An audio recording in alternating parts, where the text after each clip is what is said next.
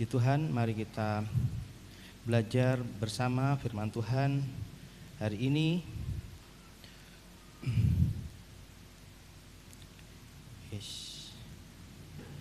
Judulnya adalah firman Tuhan, Tuhan seharusnya menjadi prioritas. Judulnya adalah Tuhan seharusnya menjadi prioritas. Kita buka di dalam Ayub pasal 1 ayat 4 sampai 5. Ayub pasal 1 ayat 4 sampai 5. Ayub pasal 1 ayat 4 sampai 5. Kita baca bersama-sama ya. Ayub pasal 1 ayat 4 dan 5. Sudah ketemu ya? 1, 2, 3. Anak-anaknya yang lelaki biasa mengadakan pesta di rumah mereka masing-masing menurut giliran, dan ketiga saudara perempuan mereka diundang untuk makan dan minum bersama-sama mereka. Setiap kali apabila hari-hari pesta telah berlalu, Ayub memanggil mereka dan menguduskan mereka. Keesokan harinya pagi-pagi bangunlah Ayub lalu mempersembahkan korban bakaran sebanyak jumlah mereka sekalian. Sebab pikirnya, mungkin anak-anakku sudah berbuat dosa dan telah mengutuki Allah di dalam hati. Demikianlah dilakukan Ayub senantiasa. Puji Tuhan. Ayub ini adalah sebenarnya merupakan satu contoh imam dalam keluarga, seorang pria yang benar-benar saleh, gitu ya. Bukan ibu saleh ya. Ini bapak. Nanti keliru. Ini bapak-bapak yang saleh ya. Bapak-bapak yang saleh hidupnya. Saleh bagaimana? Saleh dia itu artinya adalah benar-benar kusuk gitu ya. Mengikut Tuhan itu kusuk, benar-benar melakukan perintah-perintah Tuhan secara detail, secara seksama. Jadi orangnya itu benar-benar alim gitu ya. Kalau bahasa Indonesianya tuh alim. Dikatakan di ayat pertama itu, ada seorang laki-laki di tanah Uz bernama Ayub. Orang itu saleh dan jujur. Ia takut akan Allah dan menjauhi kejahatan. Ini orangnya Ayub tuh kayak gitu. Di antara manusia-manusia yang lain. Dia adalah contoh seorang pria yang dekat sama Tuhan dan juga seorang imam di dalam rumah tangganya. Jadi dikatakan Ayub menguduskan anak-anaknya. Jadi anak-anaknya ini doyan, terutama yang pria ya. Yang pria itu, yang lelaki, biasa mengadakan pesta ya, karena Ayub ini orang yang kaya, ternaknya banyak. Jadi anak-anaknya ini doyan pesta ya. Doyan pesta, mengadakan pesta di rumah mereka masing-masing menurut giliran. Ketiga saudara perempuannya diundang untuk makan dan minum bersama-sama mereka. Nah, yang dilakukan Ayub adalah setelah pesta, Ayub memanggil mereka dan menguduskan mereka. Dikuduskan satu-satu, didoain satu-satu. Itu ya. Ini si A didoain, kuduskan. Ini si B didoain satu-satu, gitu. Sampai semuanya anak-anaknya didoain.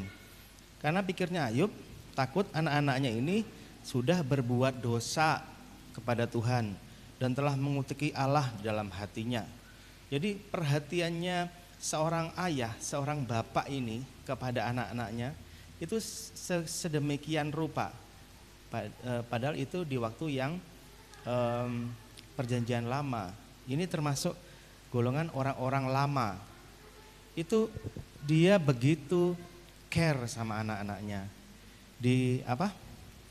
Terus dipersembahkan korban bakaran, korban pendamaian. Jadi satu-satu. Karena ternaknya banyak, jadi gampang. Nah, satu-satu dikasih korban bakaran sebanyak jumlah mereka sekalian. Begitu Ayub ini perhatian kepada anak-anaknya. Meskipun sebenarnya kalau ini kan kesalahan itu kan ditanggung oleh masing-masing orang sebenarnya. Gitu. Tapi Ayub ini menguduskan setiap mereka, setiap anak-anaknya. Meskipun nantinya mungkin anak-anaknya itu ya gitu lagi wes, pesta-pesta gitu-gitu, happy-happy gitu-gitu. Nah, mungkin kalau sekarang anak-anaknya mungkin bisa saja dia ke diskotik dan sebagainya. Mungkin kalau sekarang. Dan dikatakan di ayat kelima, demikianlah dilakukan Ayub senantiasa. Nah, setiap kali begitu dibegitukan, didoakan, dikuduskan, kasih korban bakaran. Itu gambaran seorang imam yang benar-benar orangnya saleh. Nah, Ayub menguduskan anak-anaknya. Lalu apa? Ayub mempersembahkan korban dan Ayub senantiasa melakukannya. Jadi bagi Ayub, prioritas dia, hubungan dia sama Tuhan itu begitu penting. Jadi dia menjembatani antara Tuhan dengan keluarganya. Ya. Jadi kita perlu meneladani ini, bapak-bapak dan ya terutama para bapak lah ya. Gitu. Ini sebuah suatu kebiasaan yang dilakukan Ayub. Dia memprioritaskan Tuhan, hubungannya sama Tuhan itu jangan sampai anak-anaknya ini melakukan kesalahan sama Tuhan. Itu. Dia nggak mau melakukan kesalahan kepada Tuhan, dia juga tidak mau anak-anaknya melakukan kesalahan kepada Tuhan. Makanya prioritas kehidupan ini penting, Bapak Ibu. Kedekatan Ayub kepada Tuhan ini yang menyebabkan ini, tindakan-tindakan ini. Kalau kita sebagai imam, kita tidak punya kepekaan, tidak punya hubungan yang dekat, erat sama Tuhan, kita maka tindakan-tindakan kita ya tidak seperti ini, tidak sejauh ini. Itu. Makanya prioritas itu penting. Saya juga pernah bertanya kepada seorang bapak, saya panggil dia Ko nih. Ko, kalau minggu biasanya kemana di Surabaya? Ya paling paling enggak kalau kesini, kalau biasanya sih kesini gereja ini, dia menyebut satu gereja. Kalau enggak ya kesini, gitu. Oh gitu, ya sudah selesai percakapan. Artinya kita kalau ini bisa merasakan bahwa istilahnya sebuah acara ke gereja itu adalah kayak sebuah kegiatan yang hanya rutinitas saja gitu. Kenapa?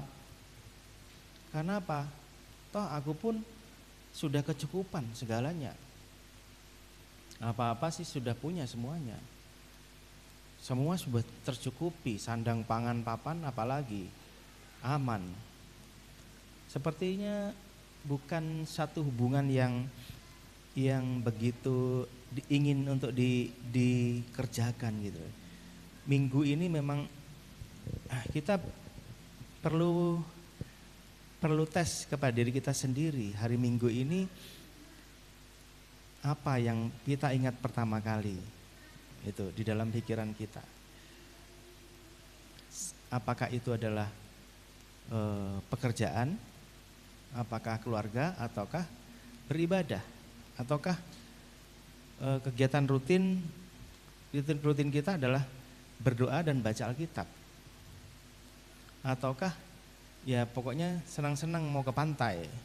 Nah, kalau kita memikirkan bahwa hari Minggu adalah harinya Tuhan, kita sudah semenjak kecil kita sudah diajar bahwa hari Minggu adalah harinya Tuhan. Itu ada dididik oleh orang tua kita di sekolah minggu. Artinya kita juga harus turunkan itu kepada anak-anak kita, kepada saudara-saudara kita, kepada ponakan kita, ataupun kepada pokoknya keluarga yang ada. Kita harus membiasakan diri kehidupan bagaimana kita memprioritaskan Tuhan. Nah, makanya firman Tuhan katakan, orang kaya itu sukar masuk surga gitu. Ya enggak usah dibantah Bapak Ibu.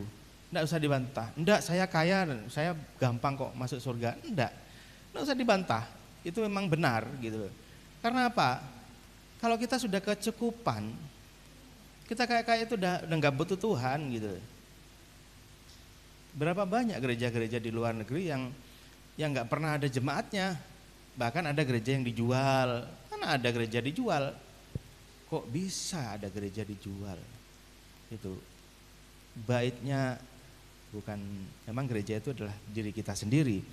Tapi yang namanya tempat bersekutu, gereja, di mana umat Tuhan datang untuk beribadah setiap minggu, bagaimana itu bisa dijual? Itu tidak masuk akal. Ya. Makanya tidak banyak orang yang ke gereja di sana itu. Karena apa? Sudah makmur, kerja 1 minggu bisa untuk hidup 2 minggu. Itu kata dosen saya dulu waktu kerja di Jerman. Kerja 2 minggu bisa untuk beli mobil. Itu. Pagi kerja di pabrik, malam kerja taksi, nyupir. Itu cepet kaya dah di sana itu. Yang penting tidak suka minuman keras, alkohol, tidak suka foya-foya. Itu. Makanya kalau kita diberikan materi dan kita bisa tetap bersekutu sama Tuhan, tetap memprioritaskan Tuhan. Kayak Ayub ini ya, Ayub ini ada seorang konglomerat juga. Itu. Tapi orangnya ini benar-benar sama Tuhan ini melekat. Dia benar-benar bergantung sama Tuhan. Itu. Dan kita udah kayak dikit aja udah wis kayak nggak butuh Tuhan gitu. Gitu. Nah, makanya waktu kadang saya pun juga gitu. Banyak uang ini dikit. Mulai doanya apa? Doanya telat kalau pagi. Manusia kadang. Ya termasuk saya ya. Saya berusaha, Tuhan, kalau saya ada di dalam kemakmuran ini, sepertinya saya tidak butuh Engkau. Makanya Tuhan ajar aku untuk selalu bergantung kepada Tuhan apapun keadaanku. Harta yang banyak itu bisa habis dalam sekejap mata kalau kita nggak berharap sama Tuhan. Harta yang banyak itu bisa membuat jerat bagi kita untuk jauh dari Tuhan. Kita pernah dengar kerjaannya iblis itu apa? Kerjanya iblis itu kalau nggak mendorong, menarik ya mendorong. Orang kaya biar semakin jauh dari Tuhan ya didorong biar tambah kaya.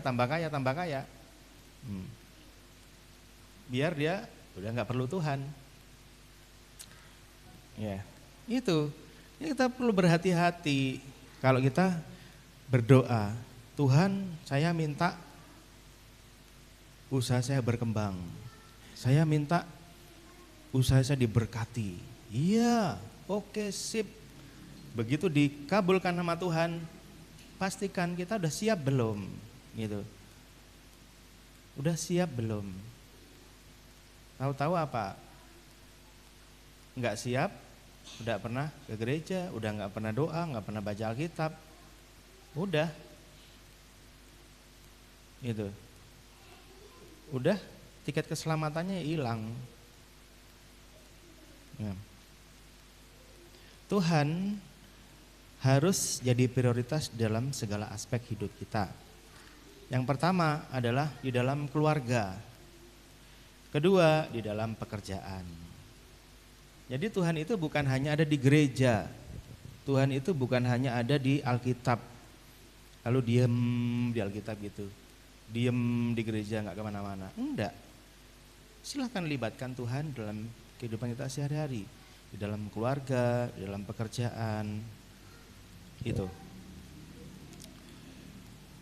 Waktu untuk Tuhan seharusnya bukanlah, nah ini Bapak Ibu, kita secara tidak sadar kita ini memberikan waktu yang sisa-sisa untuk Tuhan.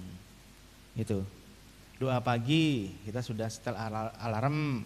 Jam berapa? Jam 5. Oke, Tuhan, ya sudah janjian nak. Kamu janjian jam berapa sama aku? Jam 5 ya Tuhan. Ya sudah. Besok ya, doa pagi jam 5. Begitu jam 5, ternyata karena kita capek malam kerja lembur sampai malam, akhirnya pagi bangunnya 5:30. Itu kalau saya belajar dari hamba-hamba Tuhan yang punya kepekaan rohani, saya juga belajar dari banyak hamba Tuhan. Itu Tuhan itu sebenarnya enggak mau telat 1 menit pun. Gitu. Waktu dia doa pagi gitu, dia juga bisa, dia juga punya kepekaan. Waktu itu dia cerita dia juga ditegur sama malaikat. Nah, kamu kerjaanmu ini ya nggak boleh telat ya kalau doa pagi. Nah, dia ada seorang hamba Tuhan dari, kalau nggak salah dari India, namanya Sadhu Sudar, siapa gitu, nanti bisa dicek sendiri. Punya kepekaan dan orangnya rendah hati, bukan cari orang yang, bukan cari popularitas. Saya enggak terlalu suka dengan yang kerjanya cari popularitas itu. Tapi ini orangnya rendah hati, orangnya bersahaja. Kan ada hamba-hamba Tuhan yang terkenal, ada punya jet pribadi, punya pulau, punya namanya apa, mansion ya, punya rumah yang gede. Saya enggak terlalu ini. Tapi ini hamba Tuhan orang yang biasa gitu. Dia pakaiannya kayak jubah aja, jubah-jubah orang-orang India gitu. Dia kalau doa itu, kalau dia telat, dia juga ditegur sama malaikat Tuhan gitu. Kamu nggak boleh telat, Bapak itu udah nunggu gitu. Oh iya. Saya pun juga pernah didoain orang, waktu kamu doa, Tuhan itu sudah 1 jam udah nunggu di situ. Dia tahu-tahu ngomong gitu. Tuhan sudah nunggu di situ 1 jam. Makanya Tuhan tuh enggak pernah telat. Nunggunya aja udah beberapa 1-2 jam sebelumnya. Gitu. Makanya kalau kita bikin appointment atau janji sama Tuhan, jam 4 pagi, ya bangun jam 4. Jam 3 gitu, enggak masalah. Jam 5 monggo oke. Tuhan itu begitu sangat baik gitu. Jangan prinsipnya jangan begini, Tuhan kalau aku besok enggak capek, aku doa ya, aku enggak janji ya. Enggak seperti itu Bapak Ibu. Tidak seperti itu sebenarnya. Kalau bikin janji sama Tuhan jam 3 atau jam 4 atau jam 5, ya pasang alarm, bangun jam 5, bangun bukan perjanjiannya ya, kalau aku nggak capek aku tak doa, enggak seperti itu. Jadi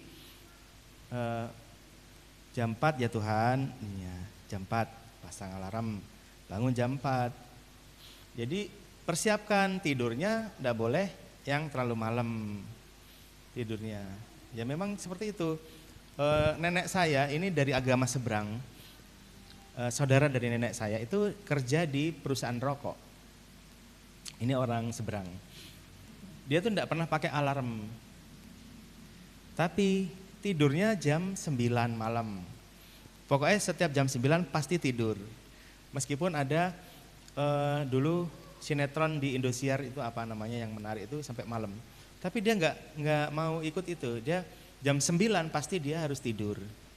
Karena besok pagi jam 4 pagi sudah harus bangun. Dan dia nggak pakai alarm. Bangunnya gimana? Pokoknya kan sepi ya, kondisi sepi. Pokoknya mobil pertama yang lewat pagi itu pasti jam 4. Itu alarm yang agak aneh. Mobil pertama yang lewat di pagi itu, yang dia dengar itu pasti jam 4. Oh, kok bisa ya? Jadi mobilnya itu enggak pernah telat juga, enggak pernah lebih dari jam 4. Jadi alarmnya dia cuman itu.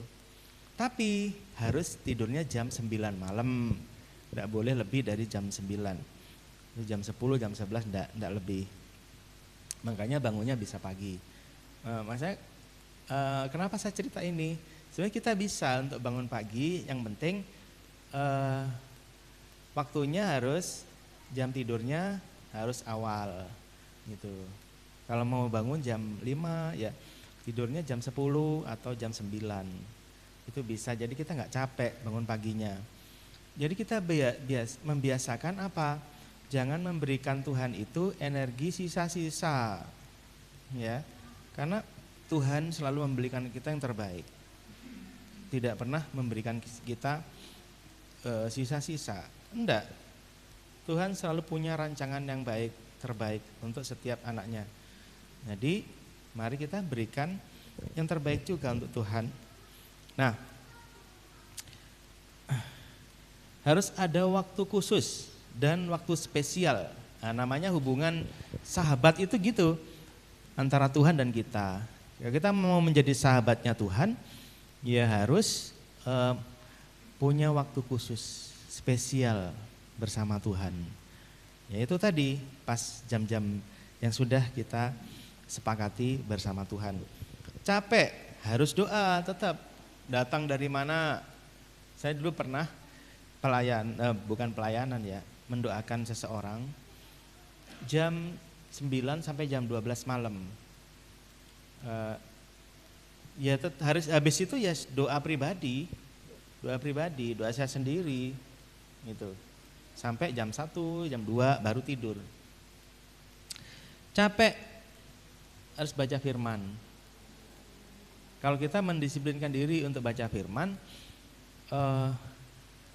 ini kadang saya pun kalau mau tidur harus baca firman. Ngantuk, jatahnya ngantuk. Ya tetap gini, tetap baca, tetap paksa. Gitu. Karena apa? Namanya komitmen. Kalau sebenarnya orang-orang besar, orang-orang yang menjadi orang-orang yang leader, orang yang terkenal, dia punya komitmen. Komitmen apa? Komitmen terhadap dirinya sendiri, mendisiplinkan diri sendiri. Bagaimana orang-orang Yahudi itu bisa menjadi orang-orang yang terkenal, orang-orang menerima Nobel dan sebagainya, karena mereka orang-orang yang aturannya begitu ketat gitu. Ya masa kita hanya mendisiplinkan diri untuk membaca Alkitab, kita kesulitan.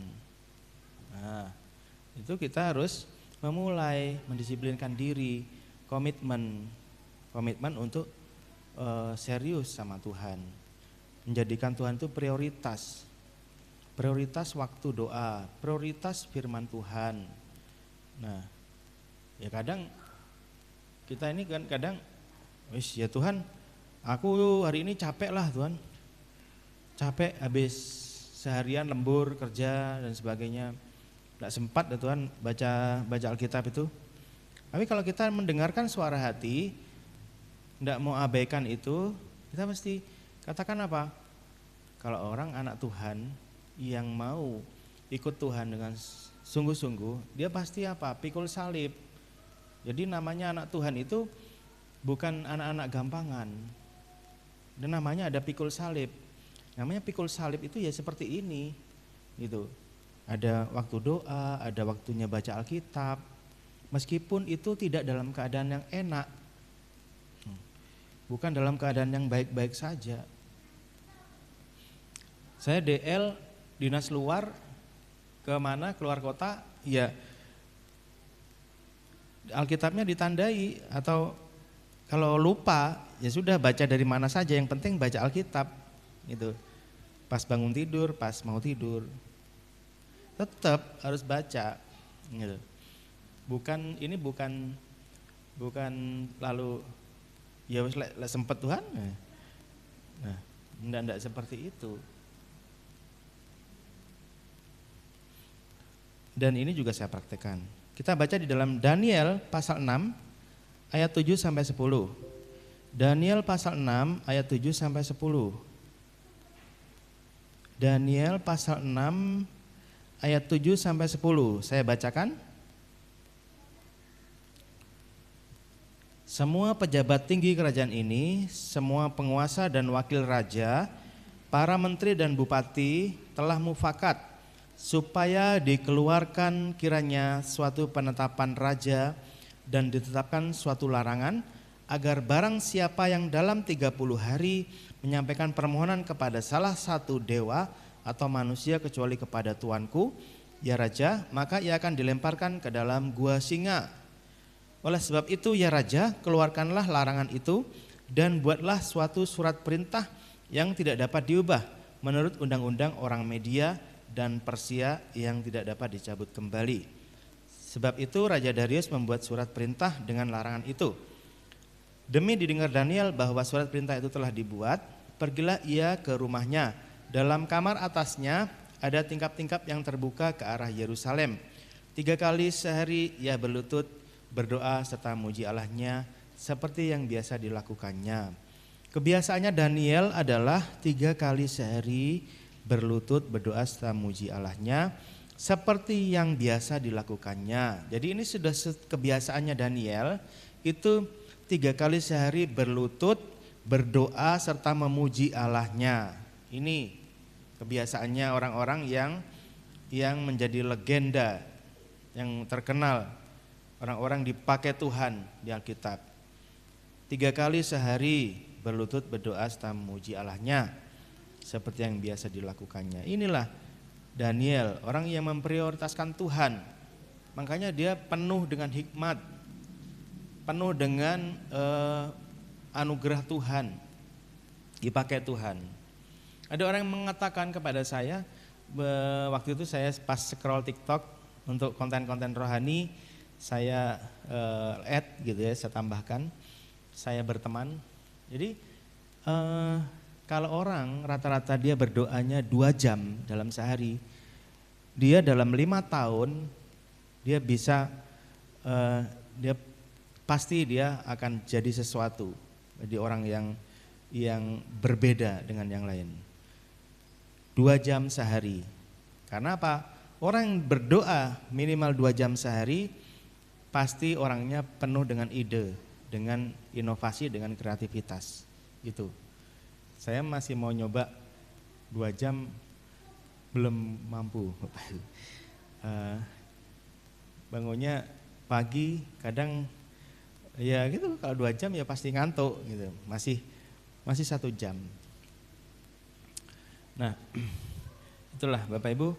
Makanya waktu semakin banyak waktu sama Tuhan, semakin banyak kita. Benar kalau kata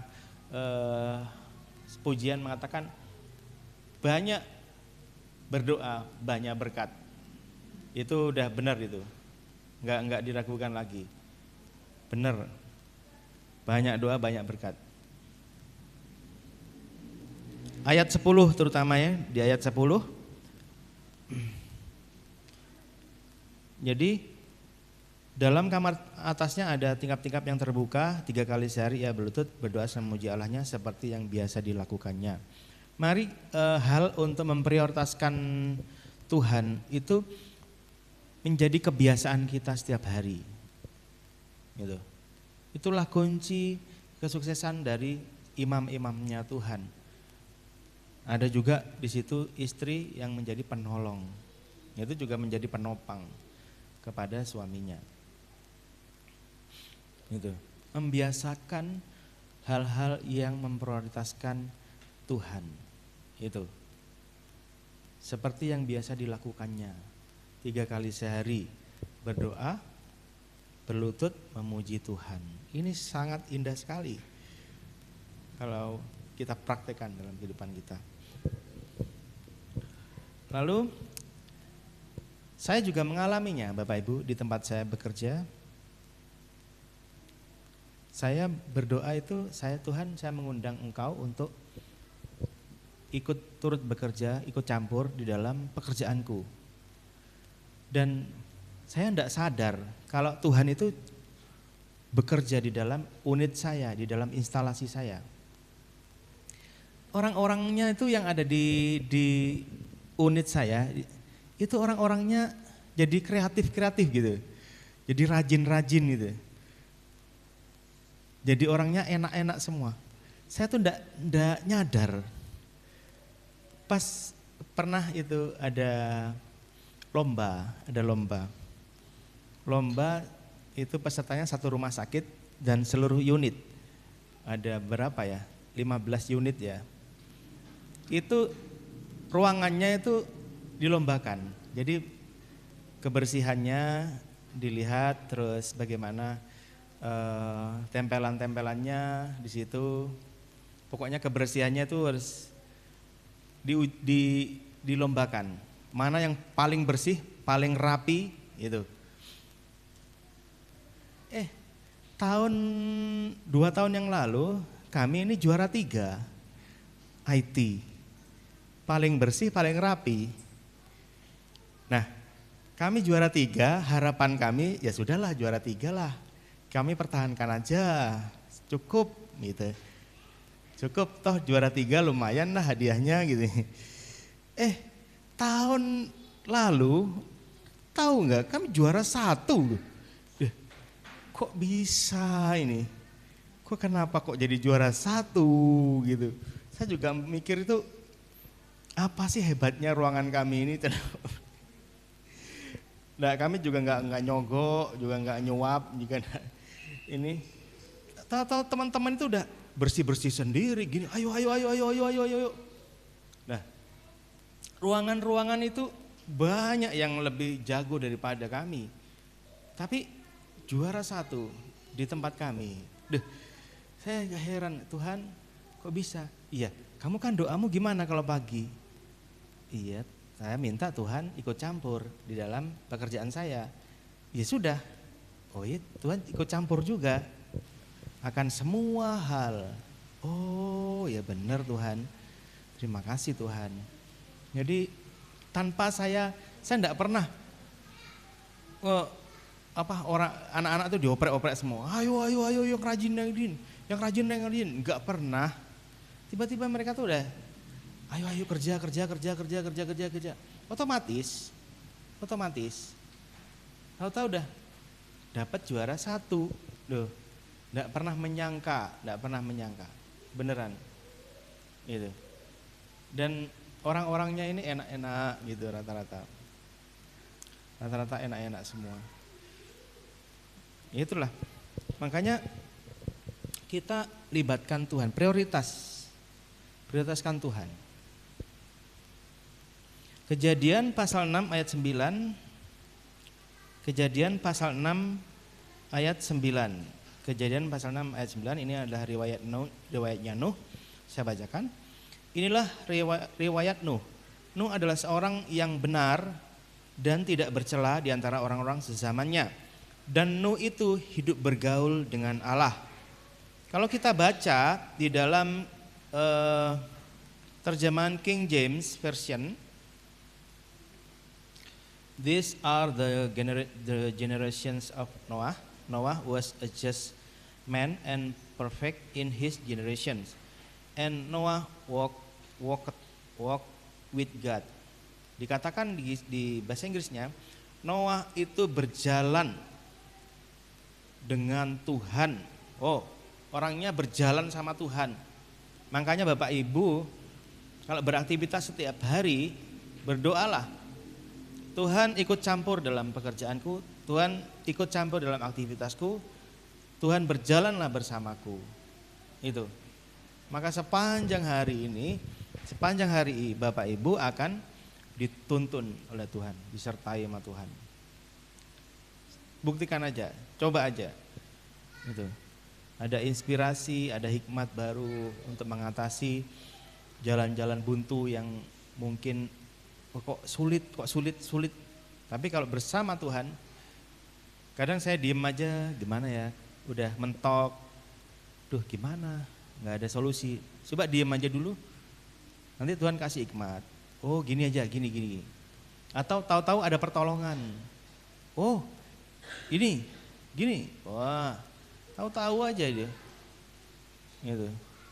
Saya ndak sehebat atau sepintar siapapun, tapi kalau kita punya Tuhan, kita lebih beruntung daripada orang-orang yang yang lebih pintar.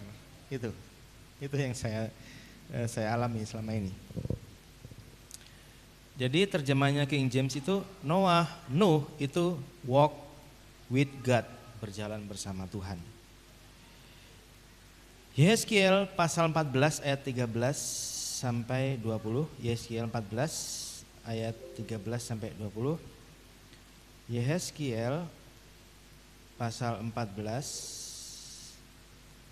Sebentar. Yehezkiel pasal 14.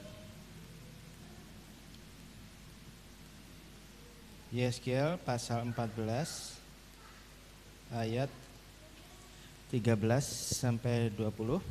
Hai anak manusia, kalau sesuatu negeri berdosa kepadaku dengan berubah setia dan aku mengacungkan tanganku melawannya dengan memusnahkan persediaan makanannya dan mendatangkan kelaparan atasnya dan melenyapkan dari negeri itu manusia dan binatang, biarpun di tengah-tengahnya berada ketiga orang ini, yaitu Nuh, Daniel dan Ayub, mereka akan menyelamatkan hanya nyawanya sendiri karena kebenaran mereka. Demikianlah firman Tuhan Allah. Atau jikalau aku membuat binatang buas berkeliaran di negeri itu yang memusnahkan penduduknya sehingga negeri itu menjadi sunyi sepi dan tidak seorang pun berani melintasinya karena binatang buas itu, dan biarpun di tengah-tengahnya berada ketiga orang tadi, demi aku yang hidup, demikianlah firman Tuhan Allah, mereka tidak akan menyelamatkan baik anak-anak lelaki maupun anak perempuan. Hanya mereka sendiri akan diselamatkan. Tetapi negeri itu akan menjadi sunyi sepi. Atau jikalau aku membawa pedang atas negeri itu dan aku berfirman, hai pedang, jelajahilah negeri itu, dan aku melenyapkan dari negeri itu manusia dan binatang, dan biarpun di tengah-tengahnya berada ketiga orang tadi, demi aku yang hidup, demikianlah firman Tuhan Allah, mereka tidak akan menyelamatkan baik anak-anak lelaki maupun anak-anak perempuan, tetapi hanya mereka sendiri akan diselamatkan.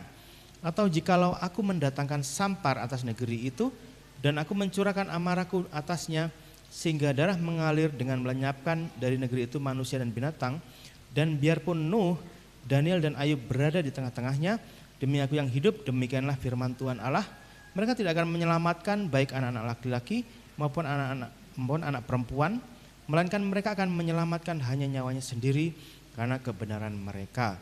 Jadi Nuh, Daniel dan Ayub yang tadi kita kupas itu menjadi orang-orang yang berkenan di hadapan Tuhan. Jadi orang-orang ini orang-orang yang berkenan di hadapan Tuhan. Ada di ingatannya Tuhan. Ada di memorinya Tuhan.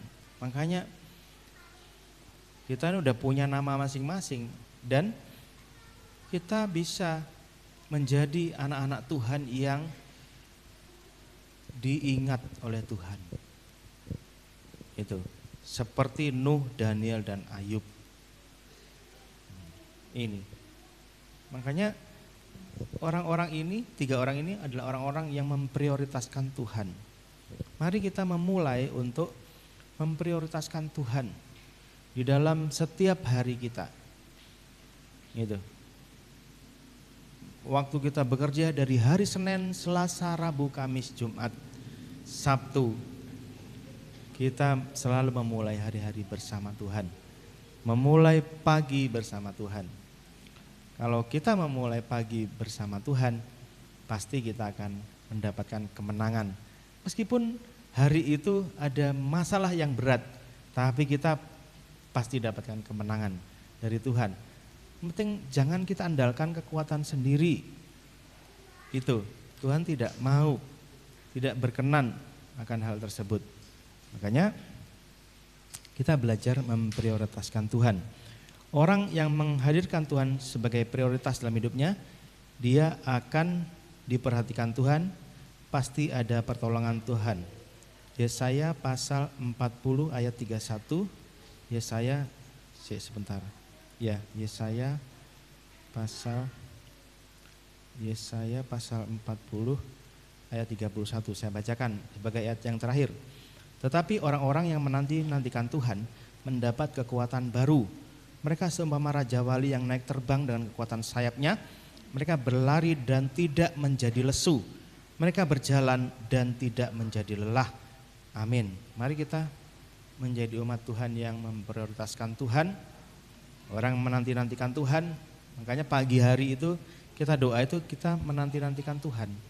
Menantikan apa? Menantikan pertolongan Tuhan, menantikan pengharapan dari Tuhan, menantikan kekuatan yang baru dari Tuhan, menantikan hikmat yang dari Tuhan. Perlu sekali mengawali hari bersama Tuhan.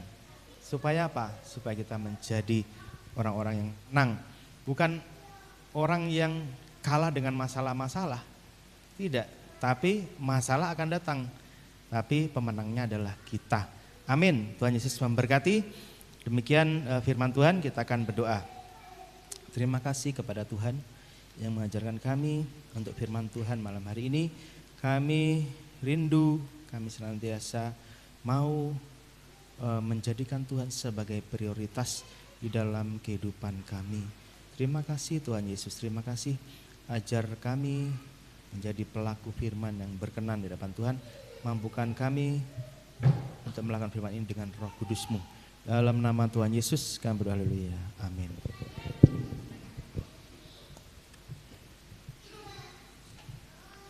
Puji nama Tuhan, kita diberkati kebenaran firman Tuhan pada malam hari ini untuk memprioritaskan Tuhan dalam setiap kehidupan kita, untuk menomorsatukan Tuhan dalam setiap kehidupan kita. Kita akan memberikan persembahan pada malam hari ini. Kami mengundang putra sekolah itu maju ke depan, mempersiapkan diri, kita berdoa bersama-sama. Bapa, kami mengucap syukur kepadamu ya Tuhan Yesus. Pada hari ini Tuhan hadir di tengah-tengah kami. Tuhan melawat dalam setiap kehidupan kami. Tuhan Yesus menjaga dalam setiap kehidupan kami. Tuhan Yesus memberkati dalam setiap kehidupan kami. Sebentar kami memberikan persembahan untuk kemuliaan-Mu Tuhan di muka bumi. Biarlah Engkau memberkati kami semua dengan berkat rohani, berkat jasmani, melimpah mengalir dalam setiap kehidupan kami. Terima kasih Tuhan Yesus, terima kasih Roh Kudus. Dalam nama Tuhan Yesus Kristus kami berdoa dan mengucap syukur. Haleluya, amin. Selamat memberi, Tuhan Yesus memberkati. Jangan lelah.